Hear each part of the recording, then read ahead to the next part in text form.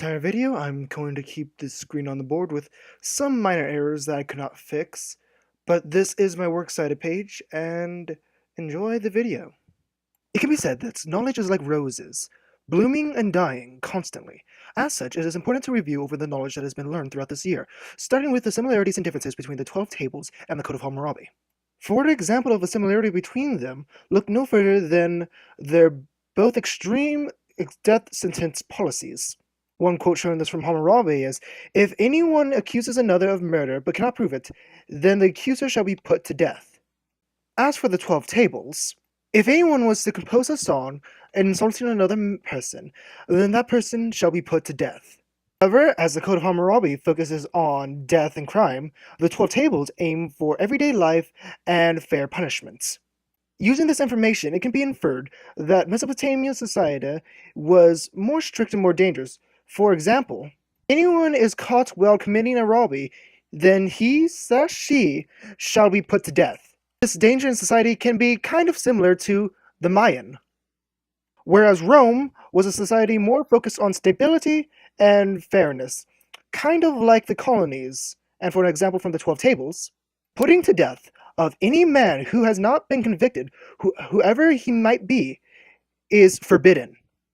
On to the differences between first and secondary sources. According to Ithaca College Library, a primary source is experienced firsthand, such as witnessing a murder, whereas a secondary source it is learned from a primary source, such as hearing a witness's testimony about that murder. The benefits and limits of primary sources is more accurate and a greater inlook on society, but it is more prone to bias, whereas secondary sources are less prone to bias and focused on a specific topic, but loses its cultural insights. Because of this, it is better to use a primary source for looking for the cultural effect and how the society viewed a specific event, whereas a secondary source is better for focused information. However, if you want a complete picture, it is best to use multiple primary and secondary sources.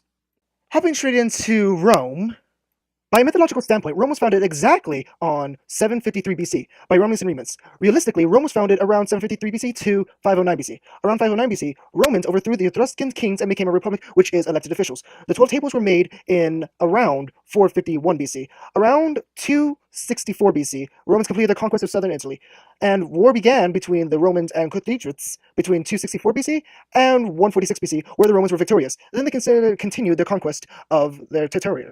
Around 59 BC, Julius Caesar was elected consul, and in 444 BC, he named himself dictator for life. In the same year, Julius Caesar was assassinated.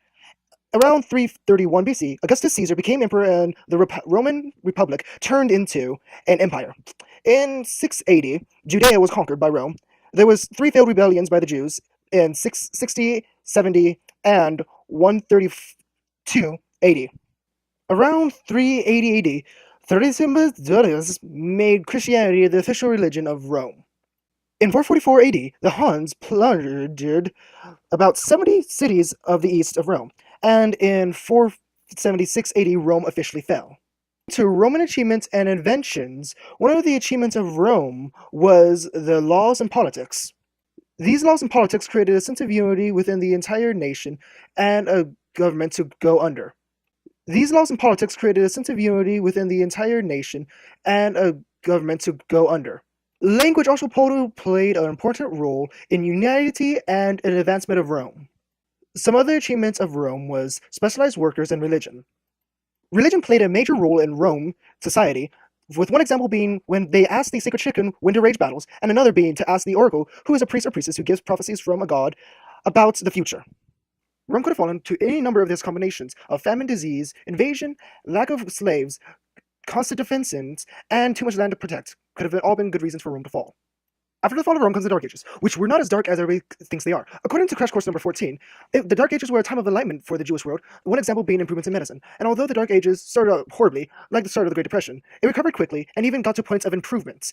The Black Death was both a positive and negative effect on the society during the Dark Ages. A positive effect being more social mobility, and a negative effect being it killed both people and animals, which crashed the economy. One important thing that helps with the recovery of the Dark Ages is feudalism, which is a society structure where nobles get land from kings and give land to vassals, and vassals give land to peasants. This helped to stabilize society and give an easy way for everybody to follow in society's path. Then came the Crusade, which is a bloody holy war between the Christians and Muslims, fought over the city of Jerusalem. Two major players during this war was Richard on the Christian side and Saladin on the Muslim side. The holy war has no clear winner. Some people still say it goes on to this day. However, much like the Holocaust, it could have been avoided if they just coexisted and shared the city of Jerusalem. Finally, we get to the changes in society. Society seems to follow a semi-pattern of change, with some differences and similarities between all societies. First, it goes through extreme violence and superstition, examples being Mesopotamia and the Aztecs. Then, it improves in technology and increases with more options, Athens and Rome. Then, finally, it gets into a state of complete function, where society is improving and deproving in technology, culture, and superstition, violence, examples the United States and Japan. Of course, there's differences in how people talk and the culture acceptances, such as in Rome, it was okay for a father to sell their son into slavery 3 times, whereas in the United States, it is against the law. However, no matter how advanced a society becomes, they will never escape the shackles of violence and superstition.